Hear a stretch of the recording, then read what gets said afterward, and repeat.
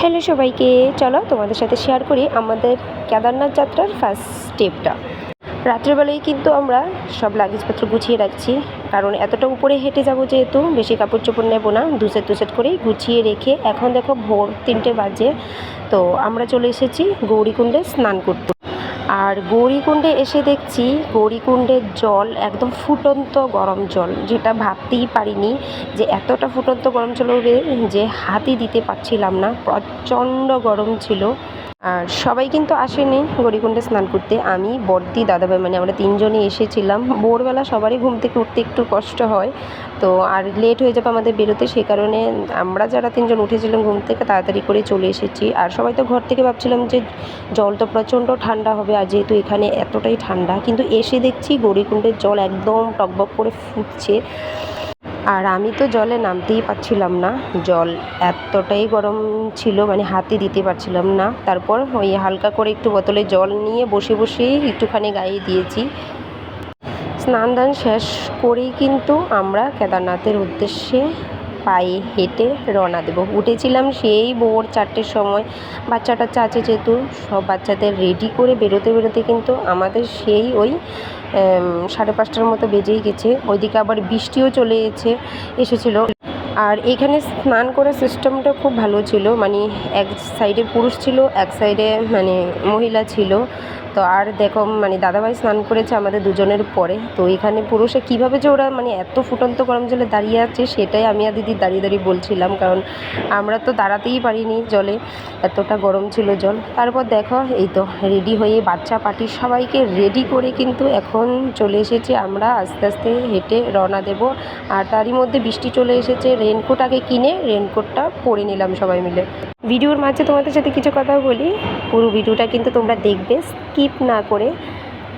আশা করছি আজকের ভিডিওটা তোমাদের খুব ভালো লাগবে, যেহেতু কেদারনাথের ব্লগগুলি অনেকটাই বড় বড় হবে, সে কারণে আমি কি করেছি পার্ট পার্ট করেই তোমাদের সাথে শেয়ার করছি। এই তো দেখো ছোটো বাচ্চাদের কিন্তু আমরা পিট্টু ব্যাগে দিয়ে দিয়েছি, কারণ ওদের পক্ষে তো সম্ভব না হেঁটে যাওয়া, তাই ওদেরকে পিট্টু ব্যাগে দিয়ে দিয়েছি। 3টেই ছোটো বাচ্চা, ওরা সবাই পিট্টু ব্যাগে চললো আর আমরা হেঁটে হেঁটে চললাম। দেখতেই পাচ্ছ বৃষ্টি তো প্রচণ্ড পরিমাণে হচ্ছে, আস্তে আস্তে যত সামনের দিকে এগিয়ে যাচ্ছি তত মনে হচ্ছে পিছিয়ে চলে আসছি। আর আমার তো আগেরই প্ল্যান ছিল যে যত কষ্টই হোক না কেন আমি বাবার দর্শন করতে যেহেতু এসেছি হেঁটেই যাব আমি। তো আজকের ভিডিওটা যারা যারা দেখছো তাদের উদ্দেশ্যে আমি একটা কথাই বলবো, যাদের এখনও পর্যন্ত প্ল্যান আছে কেদারনাথ যাওয়ার, তারা কেদারনাথ যাওয়ার আগে ভালো করে ইনফরমেশান নিয়ে নেবে, যারা গেছে তাদের থেকে ভালোভাবে সব কিছু জেনে তারপর কিন্তু পা রাখবে। কারণ মানে ভিডিও দেখাটা যতটা সোজা সুন্দর লাগে দেখতে, একটা জায়গায় গিয়ে মানে খুব কষ্ট, কেদারনাথ সফরটা খুব কষ্ট। আমরা কিন্তু কেদারনাথের উদ্দেশ্যে যে রওনা দিয়েছি ভালোভাবে ইনফরমেশান নিয়েই কিন্তু রওনা দিয়েছি। কিছুদিন আগেই কিন্তু আমার ননদিনী গিয়েছিল, তো আমার ননদ আমাকে ফোন করে বলেছিল বৌদি তুমি পারবে কি না যেতে, কারণ সত্যিই খুব ভয়ানক।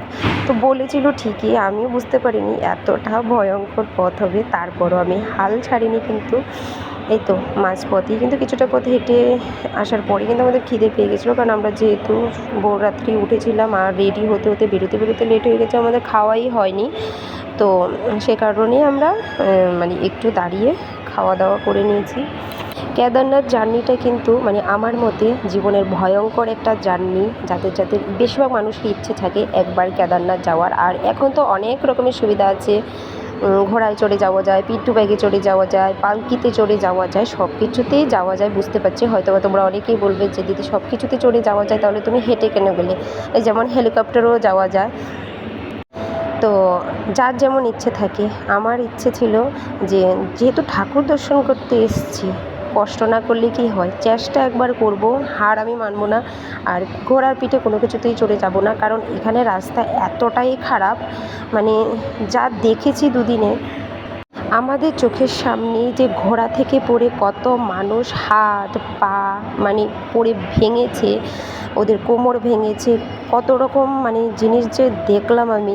কেদারনাথের এই পথ উঠতে গিয়ে পিট্টু ব্যাগ থেকে পড়ে গেছে, মানে ঘোড়া থেকে পড়ে গেছে, পড়ে তো মানে একজন মানুষকে তো এরকম দেখলাম যে ঘোড়া ফেলে চলে গেছে, তার পরিবারের কোনো মানুষ নেই, এরকম অবস্থাও দেখেছি। তো আজকের ভিডিওটা তোমাদের কেমন লেগেছে কমেন্ট করে জানাতে ভুলো না। নেক্সট ভিডিওতে কিন্তু আবার অনেক গল্প করবো তোমাদের সাথে। টাটা।